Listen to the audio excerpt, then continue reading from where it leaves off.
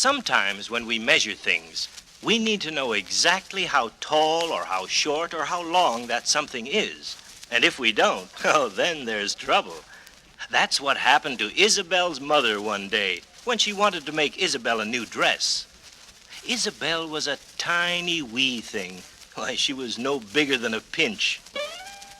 So Mrs. Inch said to Mr. Inch, "Father, please measure Isabel for me and tell me how tall she is. I want to make her a new dress for her birthday party." Well, Mr. Inch measured Isabel.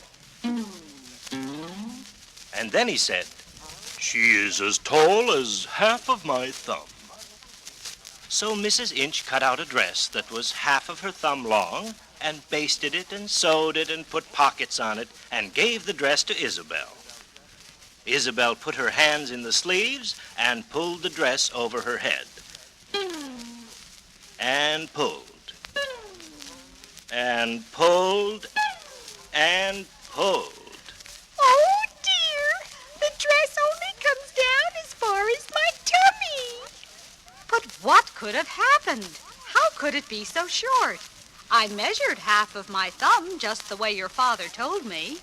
Half of your thumb? I said half of my thumb. No wonder the dress is too short. Half of your thumb is much smaller than half of my thumb. Of course, everybody's thumb is a different size.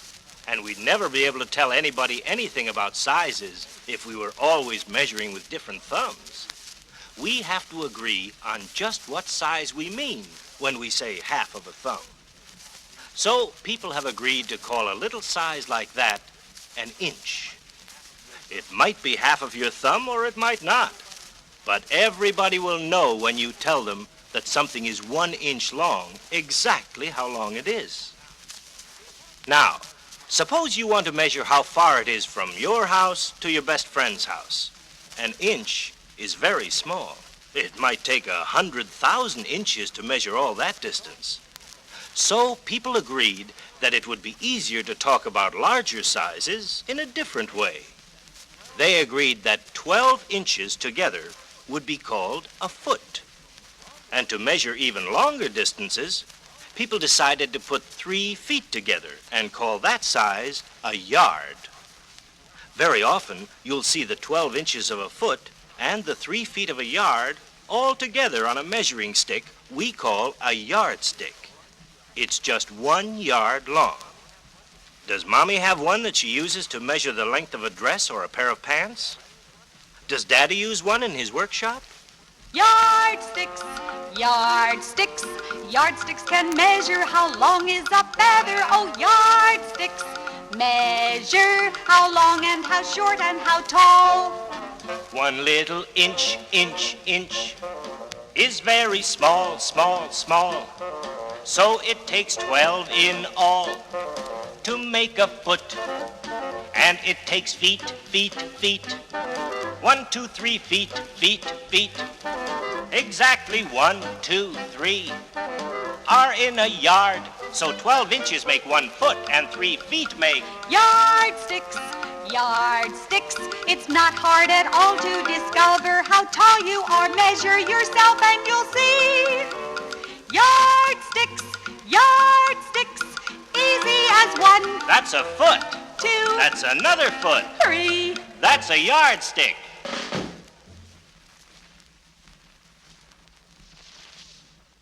Now it's your turn to tell me something. Which is bigger, an ant or an elephant? That's pretty easy. Do you or any of your friends have a 10-year-old brother? That's pretty old. But if that's old, what does that make Grandpa? Isn't it funny how something can seem big or old or slow until something else comes along that's bigger or older or slower? There's a big name for that. We call it relativity. Oh, a mulberry bush is tall when it's next to a flower that's small. But a mulberry bush is small when it's next to a tree so tall. Oh, it's amazing. It's very strange how the things that we call tall and small can change. Here's another one. Oh, an automobile goes fast compared to a turtle that's slow. but an automobile is slow.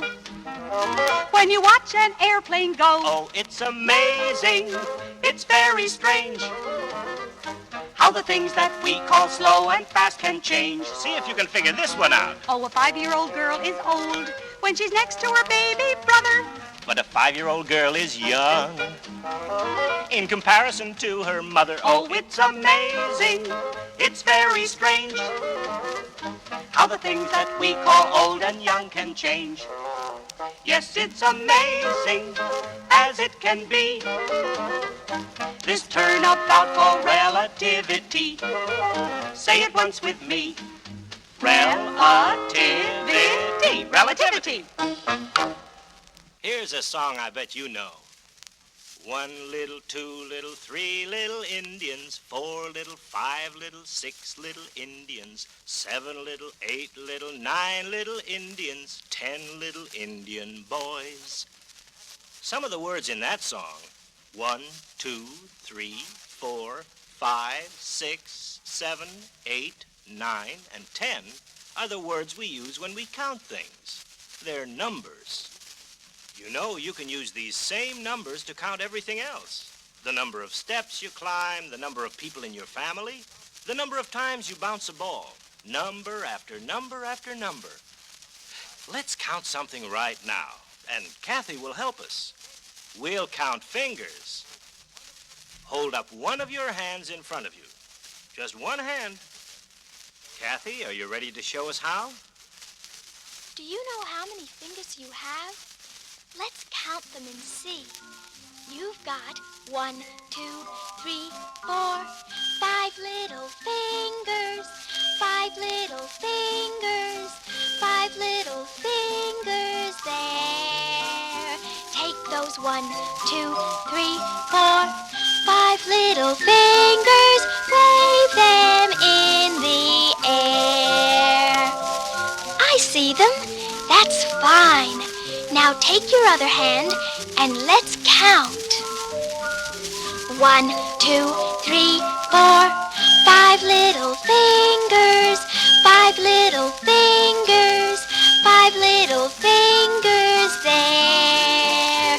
Take those 1, 2, 3, 4, 5 little fingers.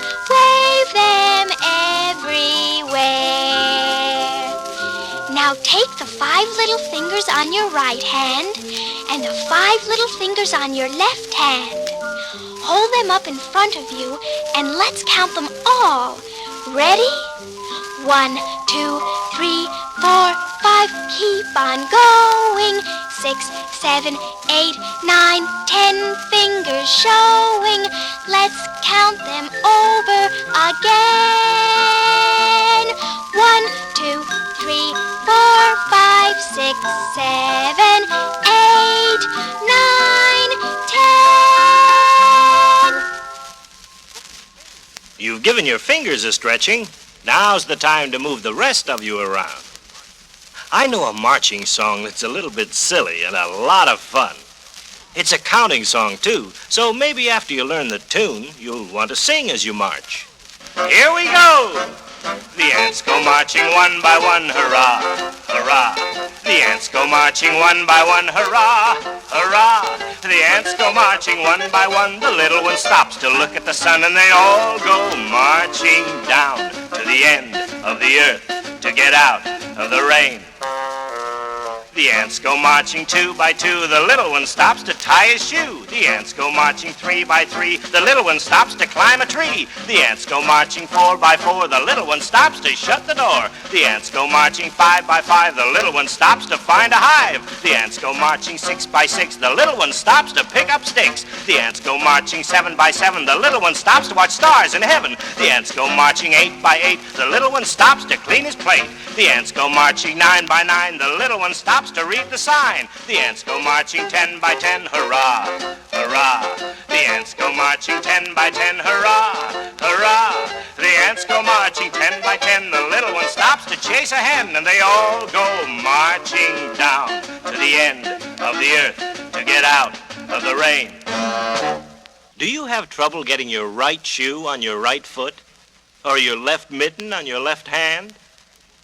There's really a very easy way to tell your left hand from your right.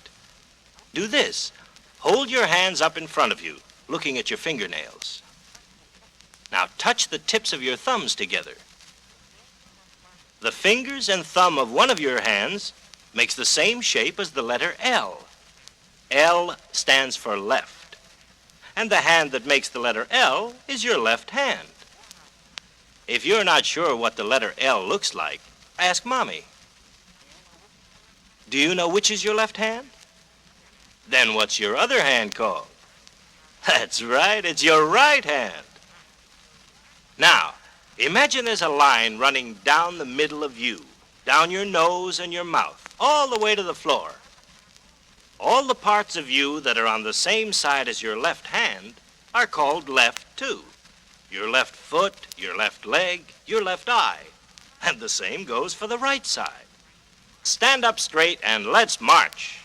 Can you march on your left foot? Left, right, left foot.